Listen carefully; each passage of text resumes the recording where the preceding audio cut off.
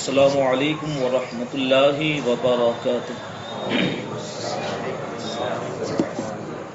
بسم اللہ الرحمن الرحیم، اللہم صل علی سیدنا و مولانا محمد وبارک وسلم، صلاۃ و سلام علیک یا رسول اللہ صلی اللہ تعالی علیہ وسلم۔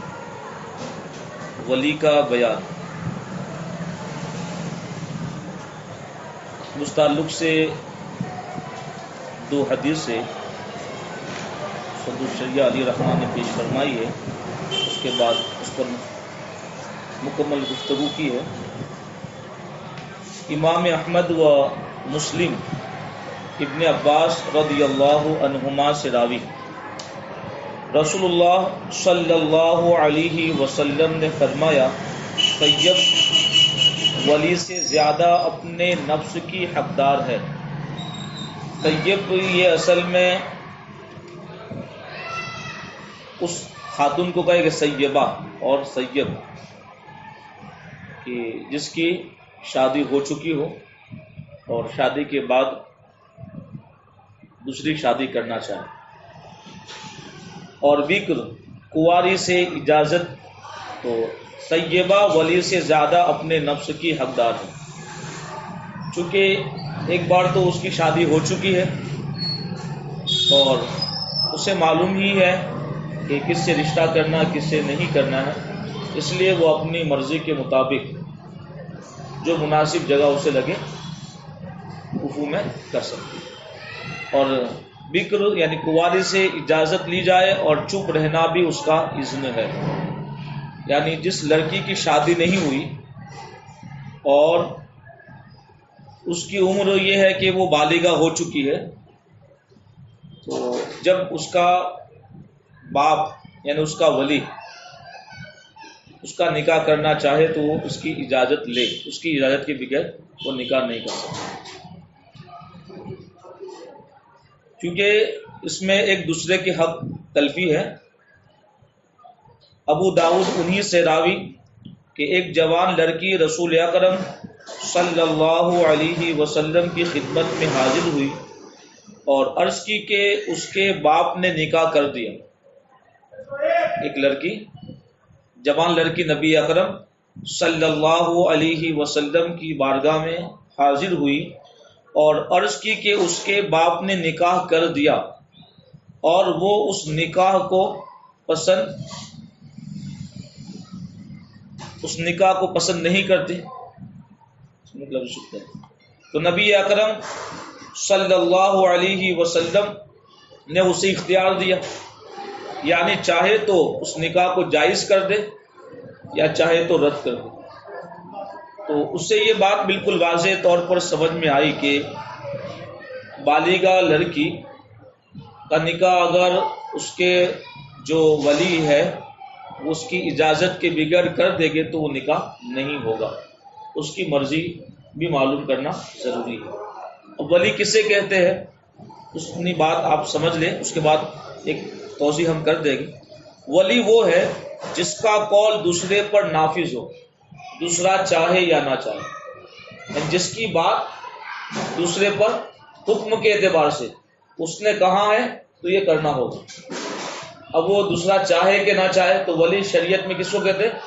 اس کی بات دوسرے انسان پر لاگو ہو جائے، نافذ مطلب لاگو کر دینا، اور یہ شریعت نے اس کو جائز قرار دیا۔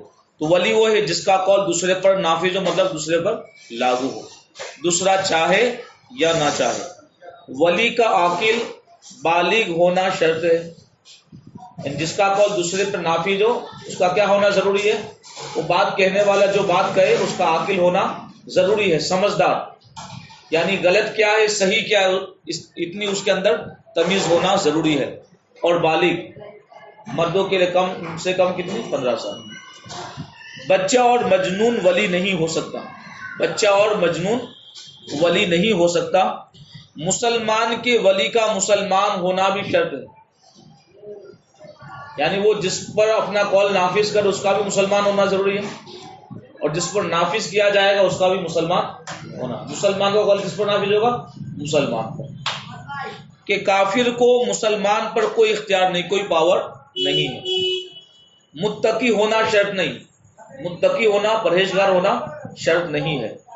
فاسق بھی ولی ہو سکتا ہے، اور ولایت کے 4 اسباب ہیں، 4 سبب: قرابت، ملک، ولا، امامت۔ اس کا تفصیلی بیان ہے۔ ولایت کسے کہے گے؟ قرابت اور امامت۔ قرابت تو آپ سمجھتے قریبی رشتہ دار۔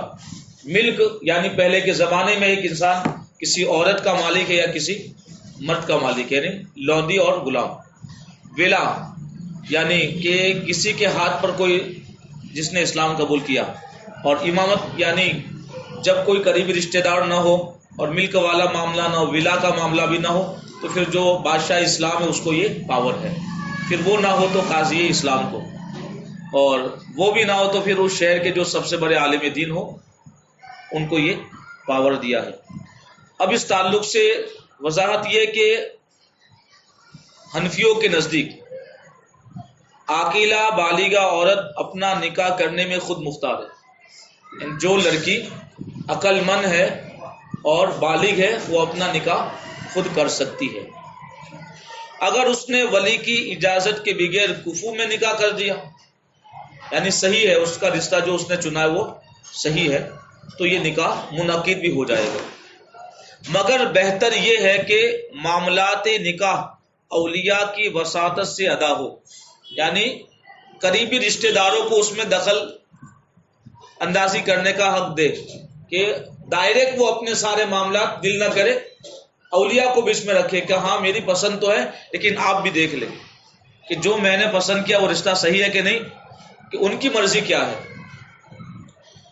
جمہور فقہا کے نزدیک عورت اپنا نکاح خود نہیں کر سکتی۔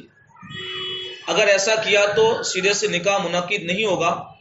اب عصری رجحانات کو مد نظر رکھتے ہوئے، یعنی آج کی جو پوزیشن ہے، یہ کہا جا سکتا ہے کہ اگر عاقلہ بالغہ عورت اپنے کفو میں شادی کرتی ہے تو فقہائے احناف کے یہاں وہ نکاح درست ہوگا، یعنی اس کے میچ کا ہے، اس کے خاندان کے اعتبار سے کوئی خاندانی اور پیشہ اور ہنر کوئی ایسی چیز بظاہر نہیں کہ جس کی وجہ سے اس لڑکی کے خاندان کے لیے شرم و عار کا سبب نہ بنے، یعنی اس کے والدین پھر پریشان نہ ہو جائے کہ اس نے کون سا لڑکا چنا، یعنی اگر اس کے خاندان کے اعتبار سے صحیح ہے تو ہو جائے گا۔ اور جمہور فقہا کے نزدیک اس قسم کا نکاح صحیح نہیں ہوگا۔ تاہم جو لوگ گھروں سے بھاگ کر، آج جو ماحول چل رہا ہے، اولیاء کی اجازت کے بغیر شادی بیاہ کرتے ہیں، ماں باپ کی مرضی نہیں ہوتی ہے، تو ان کا یہ فعل، ان کا یہ کام خلاف سنت اور قابل مذمت ہے۔ اس قسم کا نکاح شریعت اسلامیہ میں پسندیدہ نہیں ہے، کیونکہ اولیاء اپنی اولاد کا بہتر اور اچھا ہی سوچتے ہیں، ماں باپ اپنی اولاد کے بارے میں اچھا ہی سوچتے ہیں۔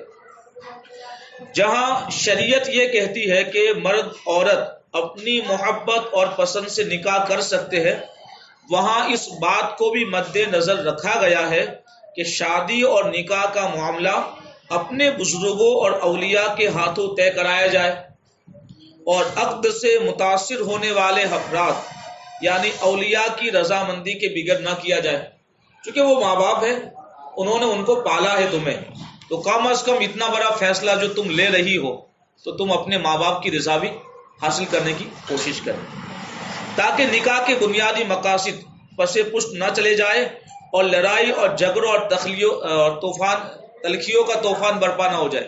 پھر کیا ہوگا؟ کچھ دنوں کے بعد پھر لڑائی جھگڑے شروع ہو جاتے ہیں میاں بیوی میں، پھر وہاں بھی تانے، نہ وہ وہاں کی رہتی ہے نہ وہ اپنے خاندان میں۔ اب اس کے ماں باپ اس کی وجہ سے پریشان ہو گئے، وہ تو ذلیل ہو گئے کہ تیری بچی نے تیری بات نہ مانی۔ اس لیے یہ بات بالکل روز روشن کی طرح ظاہر ہے آیا ہے کہ نکاح صرف دو افراد کے ملن کا نام نہیں ہے، دو افراد کے مل جانے کا نام نکاح نہیں ہے، بلکہ اس میں دو خاندانوں کے آپس میں تعلقات قائم کرنے کا نام ہے۔ اگر خاندان کے بزرگ اور بڑوں سے صرف نظر کرتے ہوئے، یعنی ان کو کچھ اس میں انوالو نہیں کیا، شامل ہی نہیں کیا، اور نکاح کیا جائے تو اس میں ان کی دعائیں اور دلی تمنائیں شامل نہیں ہوگی، ماں باپ ناراض ہو گئے، رشتہ دار بھی ناراض ہو گئے، اور بسا اوقات اولیاء اپنے نظر انداز کیے ہوئے، یعنی انہوں نے دیکھا کہ اب ان لوگوں نے ہم کو پوچھا ہی نہیں، تو پھر وہ بھی اپنی بچیوں کو نظروں سے گرا دیتے ہیں، اور وہ اپنی شفقتوں اور سرپرستی اولاد کو محروم کر دیتا ہے، پھر وہ کہتا ہے کہ اب تو میری اولاد ہی نہیں ہے، تو میری بیٹی ہی نہیں ہے. اس طرح کا معاملہ آج بالکل آیا ہے. اب شیخ عبدالحق شاہ ولی اللہ محدث دہلوی علیہ رحمٰ نے ایک بہت توضیح، ایک اچھی عمدہ توضیح فرمائی آپ نے کہ نکاح میں صرف فیصلہ کرنے کا اختیار. بات تو سمجھ میں آ رہی نا؟ وضاحت کرنے کی ضرورت نہیں نا، بالکل آسان بات اس کے لیے. نکاح میں صرف فیصلہ کرنے کا اختیار عورتوں کو دے دیا جائے تو یہ بھی جائز نہیں ہے. یعنی صرف عورتوں کو ہی پاور دے دیا جائے. کیوں؟ اس لیے کہ ان کی عقل ناقص ہوتی ہے اور سوچ ادھوری ہوتی ہے. اور یہ تو حدیث مبارکہ میں اس کا مفہوم ہے کہ عقل میں کمی ہوتی ہے خواتین کی، اس لیے ان کی عقل ناقص اور سوچ ادھوری ہوتی ہے، اور کئی مرتبہ ان کو یہ پتہ نہیں چلتا کہ ان کے لیے کون سا قدم بہتر ہے، ان کے لیے کون سا قدم اٹھانا بہتر ہے. اور عام طور پر ان خاندانی خصوصیت کا لحاظ بھی نہیں کر پاتی جو خاندانوں میں اہم ہوتا ہے. کہ خاندان والے کیا چیز دیکھتے ہیں ان کو اس کی بھی جانکاری نہیں ہوتی، ان کا بھی نالج ان کو ہوتا نہیں ہے. چنانچہ وہ کبھی غیر کفو میں نکاح کرتی ہے، تو غیر کفو میں اگر نکاح کیا تو ماں باپ کی پرمیشن کے بغیر نہیں ہو سکے گا. نکاح کر بھی لیا تو ماں باپ راضی نہیں تو نکاح ختم ہو جائے گا. ہے بات سمجھ میں؟ یہ مسئلہ ہے. یعنی جہاں عاقلہ بالغہ کو یہ پاور ہے کہ وہ اپنی پسند سے شادی کرے، تو اگر کفو میں نکاح کیا تب تو ہو جائے گا، لیکن غیر کفو میں کیا ہے تو جب تک اس کے ماں باپ راضی نہیں ہوگے تو نکاح نہیں ہو. جو ان کے خاندان کے لیے باعث شرم و حیا ہے. اس لیے ضروری ہے کہ تمام معاملات اولیاء کے ہاتھوں سر انجام ہو کہ ہر قسم کی خرابی اور فساد سے بچ سکے. اور عام طور پر فطرت کی طرف سے لوگوں میں رائج طریقہ یہی ہے کہ مرد اور عورت یہ ذمہ دار ہوتے ہیں، اور انہی کے ہاتھوں میں معاملات کو کھولنا یہ بہتر ہے. ان کے ذمے مصارف ہو. عورتوں کے نکاح میں اولیاء کا ہونا یہ مردوں کی شان کو بڑھاتا ہے. عورتوں کا خود نکاح کرنا یہ بے شرمی کی بات ہے، بے حیائی کی بات ہے. جس کا سبب حیا کی کمی ہے، اس میں اولیاء کی حق تلفی ہوتی ہے جو ان کی بے قدری کا باعث ہے. لوگ سمجھتے کہ اس کے باپ کی اس نے اہمیت نہیں سمجھی، اس نے اپنے باپ کی شان کو کم کر دیا. یہ تو عام طور پہ بالکل واضح ہے. اور دوسری اہم بات یہ ہے کہ نکاح کی تشہیر بھی ضروری ہے. نکاح کی تشہیر ضروری ہے، یعنی لوگوں کو پتہ چل جائے یہ نکاح ہوا ہے. اس لیے سنت طریقہ کیا ہے؟ جمعہ کے دن نماز جمعہ کے بعد نکاح ہو. اور دیکھیے یہ نبی اکرم صلی اللہ تعالیٰ علیہ وسلم کی نگاہ نبوت اس چیز کو محسوس کر رہی کہ بھلے عام طور پر عام دنوں میں لوگ مسجدوں میں تو کم تعداد میں ہوتے ہیں، لیکن جمعہ کے دن، اور وہ حکم جو تھا وہ حکم کے مطابق تو آج عمل بھی کم ہو رہا ہے. شہر کی جو سب سے بڑی مسجد ہو برابر وہاں ہی جمعہ ادا کرنے کا حکم ہے. ہاں پھر وہاں گنجائش نہیں ہوتی ہے تو پھر دوسری جگہ جمعہ قائم کرنے کا حکم ہے. اس پر کبھی انشاءاللہ کبھی، اب تو ماحول ہی نہیں ایسا، تاکہ نکاح اور بدکاری میں فرق ہو جائے. نکاح کی تشہیر ہو جائے گی تو نکاح اور بدکاری میں فرق بالکل واضح ہو جائے. اور شہرت کا بہتر طریقہ یہ ہے کہ اولیاء کو نکاح میں شامل کیا جائے، کیونکہ اس کے ذریعے تو لوگوں میں بالکل پرچار ہو جائے گا. اور شاہ ولی اللہ محدث دہلوی آخر میں شاہ صاحب نے فرمایا کہ میں کہتا ہوں یہ بھی جائز نہیں کہ صرف اولیاء ہی کو حاکم بنا کر عورتوں کے نکاح کا پورا اختیار دیا جائے، یعنی ان کی لڑکیوں کا کچھ بھی دخل نہ ہو. یہ بھی میں جائز نہیں کہتا. کیوں؟ اس لیے کہ وہ نہیں جانتے اس بات کو جسے عورت اپنی ذات کے بارے میں جانتی ہے. اس لیے کہ عقد کا گرم اور سرد معاملہ یہ عورتوں کی طرف لوٹنے والا ہے. تو ایک پاور لڑکی کو بھی دیا جائے اور ایک پاور تمہیں بھی دیا جائے. تو شاہ ولی اللہ محدث دہلوی کی یہ رائے بالکل معتدل ہے، یعنی درمیانی، کہ شادی بیاہ کے مسئلے میں مکمل اختیار، مکمل پاور نہ صرف اولیاء عورتوں کو دیا جائے کہ وہ اپنی پسند اور ناپسند کو مد نظر رکھتے ہوئے عورتوں کے جذبات سے کھیلے.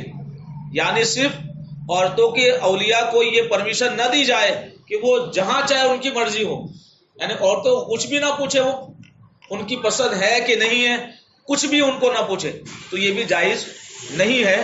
اور نہ ہی عورتوں کو مکمل یہ پاور دیا جائے کہ وہ اپنی من مانی اور مرضی کے مطابق شادی کر لے اور اولیاء سے وہ مشورہ بھی نہ کرے. یعنی عورتوں کے اولیاء کو بھی ایک طرف سے کہ وہ صرف اپنی مرضی چلائے، یہ بھی جائز نہیں. اسی طرح عورتوں کو یہ بھی جائز نہیں کہ وہ اپنی مرضی چلائے اور اپنی اولیاء کو مشورے میں شامل نہ کرے. اولیاء کو بھی حکم ہے کہ وہ اپنی عورتوں سے مشورہ کرے. اسی طرح سے عورتوں کی بھی حکم ہے کہ وہ اپنے اولیاء سے مشورہ کرے. بلکہ فریقین کو چاہیے کہ وہ نہایت، کیونکہ یہ انتہائی اہم آئلی مسئلہ ہے اور شریعت اسلامیہ کے جو احکامات اس تعلق سے ہے اس کے مطابق وہ عمل کرے، کیونکہ جانبین کے حقوق متاثر نہ ہو، نہ ولی کا حق ختم ہو نہ عورت کا حق ختم ہو، جو یقیناً اس کے لیے باعث برکت بھی ہوگا اور اطمینان کا سبب ہی ہوگا. خلاصہ گفتگو یہ کہ اسلام ایک عالمگیر مذہب ہے اور دین فطرت ہے جو انسان کی زندگی کے تمام پہلوؤں کو صاف اور پاکیزہ دیکھنا چاہتا ہے کہ ہر وہ بے راہ روی کا راستہ جو انسان کے لیے نقصان دہ ہو وہ اس سے منع کرتا ہے اور سیدھے راستے پر چلنے کی ہدایت کرتا ہے. عورتوں کی طرف رغبت اور قلبی میلان لوگوں کی فطرت میں شامل ہے. اسلام نے غلط اور آوارگی والے رستوں کے متبادل مرد و عورت کے درمیان تعلق کا ایک جائز طریقہ نکاح رکھا ہے، جس کا مقصود کیا ہے؟ مقصد اصلی مرد و عورت کا ایک دوسرے سے زندگی سکون کے ساتھ گزارنا ہے اور اپنے دامن عفت کو بے حیائی اور بدنما داغوں سے بچانا ہے، جو نہ صرف حفاظت نسب کا سبب ہے بلکہ بقائے نسل انسانی کا بھی ذریعہ ہے. نسب بھی سلامت رہے گا اور اولاد ہونے کا ذریعہ بھی ہے، اور جب اولاد ہوگی تو اس کی نسلیں آگے بڑھے گی. اس کے علاوہ جنسی تعلقات کی جتنے بھی صورتیں ہیں وہ سب کے سب ناجائز اور حرام ہیں. تو چونکہ ایک انسان کی فطرت ہے کہ جب وہ عورت کو دیکھتا ہے تو اس کا قلبی رجحان عورت کی طرف اٹھتا ہی ہے، اس لیے شریعت نے اس قلبی رجحان کی تسکین کے لیے نکاح سب سے معتدل طریقہ دیا ہے کہ نکاح کرے اور انسان اپنی جنسی تسکین کے سبب جو عورت کے اندر رکھے اللہ تبارک و تعالیٰ نے، وہ اپنی جنسی تسکین اس سے حاصل کرے، لیکن وہ صرف اور صرف نکاح کے ذریعے ہے. نکاح کے علاوہ تمام صورتیں ناجائز اور حرام ہیں. اسی رشتے کے قیام کے لیے اسلام مرد و عورت دونوں کو پسند اور ناپسند کا اختیار دیتا ہے، یہی راستے کے لیے کہ ان کی زندگی پرسکون گزرے اور کسی کا کسی طرح سے کوئی پیشر نہ آئے، ان کی زندگی میں کوئی تکلیف نہ آئے، تاکہ شادی کے بعد ناپسندیدگی کی تخلیقیہ زندگی میں انتشار پیدا نہ کرے. عورت یہ نہ کہے کہ میں نے تو تجھے پسند نہیں کیا تھا، میرے باپ نے کہا تو کر لیا. ادھر وہ لڑکا یہ نہ کہے میں نے تجھے دیکھا بھی نہیں تھا، میرے باپ کی اچھا تھی تو میں نے کر لی. تو اسلام نے نہ ولی کو یہ حق دیا ہے کہ وہ اپنے لڑکے کی مرضی کے بغیر برابر نکاح کرے، نہ اپنی لڑکی کی مرضی کے بغیر. لڑکی کے اولیاء کو یہ ہے کہ وہ اپنی لڑکی سے اجازت لے اور لڑکے کے ولیوں کو یہ حق ہے کہ وہ اپنے لڑکے سے اجازت لے اور ان کی راضی اور ان کی خوشی سے یہ ایک اگلا قدم آگے بڑھائے، کیونکہ اس کے اندر سکون اسی وقت ہو جائے گا، ورنہ تو پھر انتشار کا یہ سبب بنے گا. اور اولیاء کو اس مسئلے میں عورتوں پر سختی کرنے سے منع کیا گیا ہے، یعنی ان کو، کیونکہ کبھی کبھی پریشر ڈالتے ماں باپ. آج کل کیا دیکھتے ہیں کہ بس لڑکا کو بھی نہیں دیکھتے، اس کا گھر دیکھتے ہیں، اس کا بزنس دیکھتے کہ ہاں بس وہ بڑا پیسے والا ہے، دیندار ہے کہ نہیں ہے، وہ اس کی لڑکی کو صحیح طور پر رکھ سکے گا نہیں، بس ظاہر دیکھ لیا اور فوراً اس کے اوپر دباؤ ڈالتے کہ تیرا باپ تیرے لیے غلط کر سکتا ہے. تو دیکھ شریعت نے اولیاء کو اس معاملے میں عورتوں پر سختی کرنے سے منع کیا ہے، اور مرد و عورت کو یہ بھی تلقین کی ہے کہ وہ اپنے بزرگوں کو اعتماد میں لے کر ان کے مشورے سے اور ان کی مدد سے فیصلہ کرے اور ان کے وساست سے قدم اٹھائے تاکہ ان کی بھی دل آزاری نہ ہو اور معاشرتی زندگی صحیح طور پر چل سکے. یہ بات سمجھ میں آئی؟ یعنی بات بالکل کلیئر ہے کہ کنواری لڑکی تو اپنے ولی کی اجازت کے بغیر نکاح نہیں کر سکتی، لیکن جو یہ نابالغ ہے کنواری کر سکتے، نابالغ جس کی عمر اتنی نہیں ہے کہ بالغ ہو، تو جو نابالغ لڑکی ہے تو اس کا نکاح تو ولی کی اجازت کے بغیر نہیں ہو سکتا، لیکن جو بالغہ لڑکی ہے اس کا نکاح ولی کی اجازت کے بغیر ہو سکتا ہے، لیکن کب؟ جب وہ کفو میں ہو. لیکن شریعت اس طریقے کو بھی ناپسند قرار دیتی ہے کہ وہ اگرچہ بالغہ ہے، اگرچہ اس کو شریعت نے حق دیا ہے اور وہ اپنے حق میں تصرف کر رہی ہے. کیوں؟ وہ شعور رکھتی ہے، عقل اس کے اندر ہے، تمیز ہے، کون سی چیز صحیح ہے کون سی چیز غلط ہے، لیکن پھر بھی اس کی عقل میں کمی ہے، اس کی سوچ ادھوری ہے، اس لیے وہ اپنا اگلا قدم اٹھانے سے پہلے اپنے بزرگوں کو اس مشورے سے آگاہ کرے تاکہ آئندہ کی زندگی اس کی تکلیف کا باعث نہ بنے۔ یہ گفتگو آج کی ہے۔ اللہ رب العزت ہمیں نکاح کے اہم معاملات کو شریعت کے مطابق اور شریعت کے اصولوں کے مطابق نکاح کے معاملات حل کرنے کی توفیق عطا فرمائے، اور ان مسائل کو سیکھ کر ہمیں اس پر عمل کرنے اور عام کرنے کی توفیق عطا فرمائے۔ ان اللہ و ملائکتہ یصلون علی النبی یا ایھا الذین آمنوا صلوا علیہ وسلموا تسلیما اللهم صل علی سیدنا مولانا محمد معدن الجود والکرم وعلیہ وبارک وسلم صلاۃ والسلام علیک رسول اللہ صلی اللہ تعالی علیہ وسلم وفوض امری الی اللہ ان اللہ بصیر بالعباد برحمتک یا ارحم الراحمین۔ سمجھ میں آئی؟